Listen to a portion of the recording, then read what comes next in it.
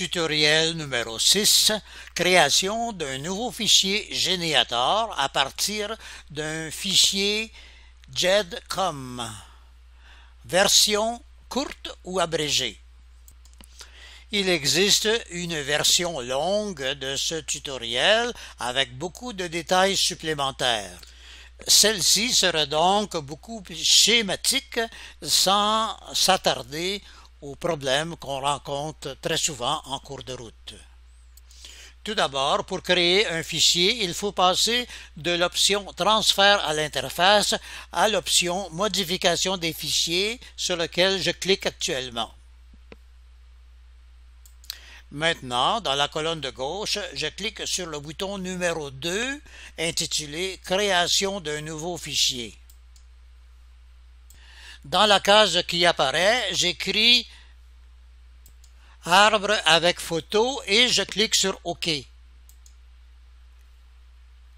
Comme vous voyez, le nom du nouveau fichier est écrit correctement dans la case en haut de la page avec l'extension .accdb. Si je voulais changer le nom ou le corriger, je pourrais utiliser le bouton Renommer que vous voyez ici.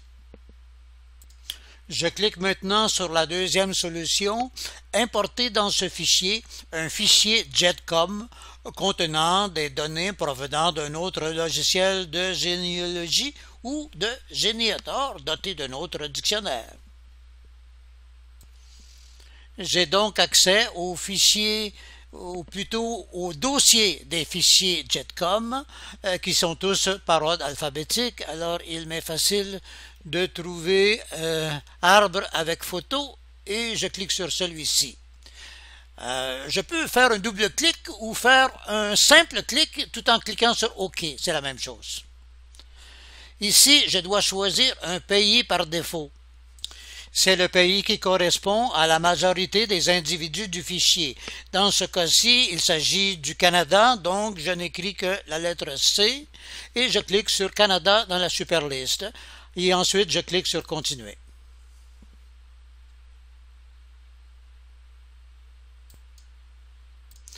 Dès le début du processus, le logiciel a détecté que le fichier contenait des photos. C'est pourquoi ce message apparaît à l'écran. Que faut-il faire? Il faut tout simplement trouver le petit fichier qui contient ces photos. Ce que nous pouvons faire après avoir cliqué sur OK. Alors vous voyez qu'il y a un dossier plutôt qui commence par le mot image et qui se poursuit avec le titre du fichier. Alors c'est dans ce dossier que se trouvent toutes les photos de ce fichier. Je peux donc faire un double clic sur ce dossier ou faire un simple clic comme ceci tout en cliquant sur OK, c'est la même chose. Et maintenant, l'opération se continue avec le nombre de fichiers, le nombre d'individus qui a été calculé par le logiciel. Et cette fois-ci, c'est 262 individus. Ce n'est pas un gros fichier, comme vous voyez. Le logiciel a détecté qu'il y avait des tags ou des détails ou des photos ou des non reconnus par le système GEDCOM, mais cela n'est pas grave puisque suite au choix du dossier que nous venons de faire, le logiciel pourra s'en occuper. Alors nous passons à la page suivante. L'apparition de ce cadre signifie que le fichier a été complètement importé à l'état brut, c'est-à-dire sans aucune concordance avec les dictionnaires. Dans ce cadre, nous avons deux options, soit l'option numéro 1, accès urgent à l'interface, soit l'option numéro 2, accès définitif à l'interface. Mais comme c'est bien écrit en bleu en haut de la page, l'option numéro 1 n'est offerte qu'en cas de besoin. Sinon, choisissez l'option numéro 2, accès définitif à l'interface. Alors c'est celle-là que nous allons choisir et je clique immédiatement sur le bouton qui s'intitule comme suit, concordance avec les dictionnaires des noms et des prénoms. Voilà, c'est en train de se faire. C'est très rapide car il n'y a que 262 individus.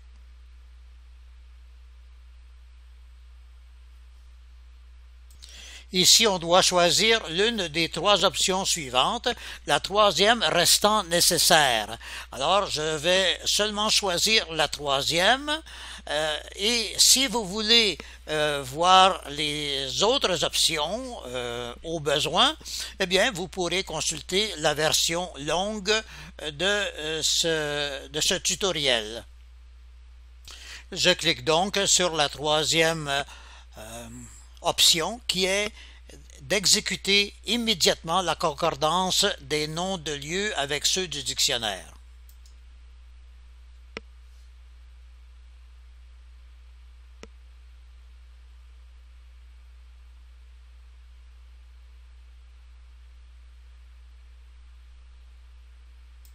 Cette opération est plus longue car les noms de lieux ou les noms de villes sont souvent les mêmes, alors il faut distinguer ceux qui sont bons et cela dépend de plusieurs critères. Alors le logiciel doit examiner chacun des cas séparément. Cependant, à la fin du processus, il y aura des noms que le logiciel n'aura pas pu distinguer et vous aurez à les corriger vous-même dans ce qu'on appelle le labo de transition.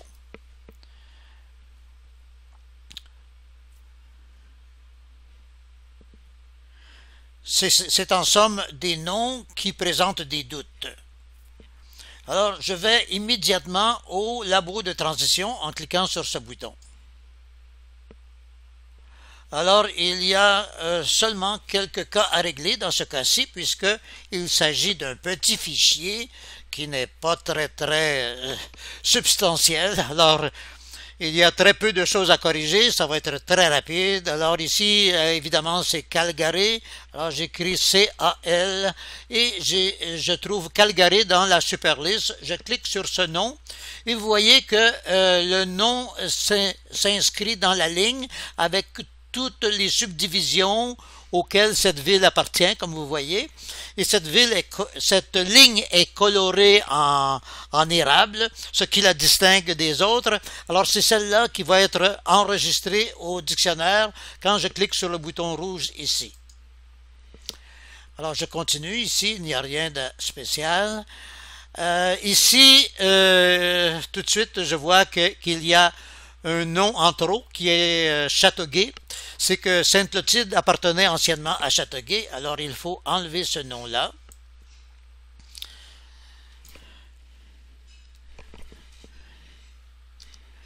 Et l'enlever complètement. Et maintenant, il faut que ce nom-là soit mis à jour dans le dictionnaire, ce qui n'est pas automatique. Alors, à cet effet, il faut cliquer soit dans la case voisine suivante ou la précédente, l'une des deux. Alors, si je clique sur la voisine de ce côté-là et que je reviens dans cette case qui est en jaune, alors je peux cliquer sur le nom en haut qui apparaît dans la superliste. Voilà, c'est fait. Donc, je peux à ce moment-là enregistrer le nom. Et je peux même le changer dans le dictionnaire. Vous voyez ici que le nom peut devenir Sainte-Clotilde tout court. Alors, je clique sur oui et je clique sur continuer. Comme il y en a trois autres, le processus va se faire automatiquement en cliquant ici. Alors, c'est fait. Ici, dans le cas de Saint-Rémy, eh bien, anciennement, Saint-Rémy était rattaché à Napierville, mais ce n'est plus le cas, alors il faut l'enlever. Je fais la même chose, je clique sur la case suivante pour faire la mise à jour rapidement et je reviens pour avoir remettre la case colorée en jaune. C'est ainsi que le nom apparaît dans la superliste. Je clique sur le nom et il s'écrit au complet dans la ligne et je peux l'enregistrer ici. Et voilà, je fais la même chose que tout à l'heure en cliquant sur oui, cela est fait. Voilà. Et puis, il en reste un à corriger. Je clique sur oui, ça se fait automatiquement. Maintenant, il n'en reste plus qu'un seul à corriger. Pourquoi ne s'est-il pas corrigé? Tout simplement parce qu'il y a un détail supplémentaire, c'est que la personne ici est née à la maison au lieu d'être née à l'hôpital. Alors c'est pourquoi le nom est resté en suspens, mais je vais le corriger de la même façon que la dernière fois en enlevant le Napierville ici, en cliquant ici pour faire la mise à jour et en revenant pour le remettre en jaune, et là en cliquant sur Saint-Rémy. Et cette fois-là, je vais enregistrer le dernier nom et puis également dans le dictionnaire. Et voilà, c'est fait et on me donne des félicitations. Tous les cas en attente dans le labo de transition ont été réglés. Voilà. Quant au message spécial, bien, il n'est adressé qu'à ceux qui importent un fichier JEDCOM provenant d'un autre fichier Geniator qui contient des photos, des vidéos, des audios, des documents et des liens sur Internet dans les notes de certains individus. Alors, comme ce n'est pas le cas pour ce fichier, eh bien, je n'en parlerai pas ici. Cependant, si jamais ce cas vous arrive, eh bien, vous savez qu'en cliquant sur ce bouton, vous irez faire ce processus automatiquement grâce au module 13.7 que vous voyez ici. Alors, à cet effet, vous n'avez qu'à cliquer sur ce bouton et vous aurez cet outil à votre disposition. Alors, je clique donc sur Accès immédiat à l'interface pour terminer cette vidéo rapidement. Alors, je clique une dernière fois sur pour retourner à la page des fichiers. Et normalement ici,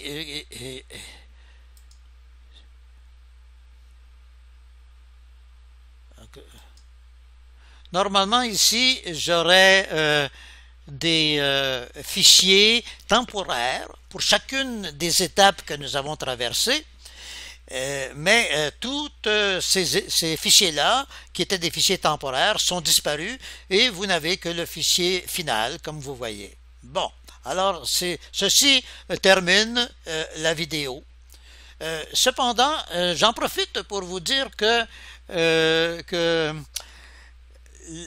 le labo de transition que nous venons de voir était assez sommaire et que si vous voulez apprendre davantage au sujet du labo de transition, je vous conseille d'aller dans les vidéos ici, les anciens vidéos.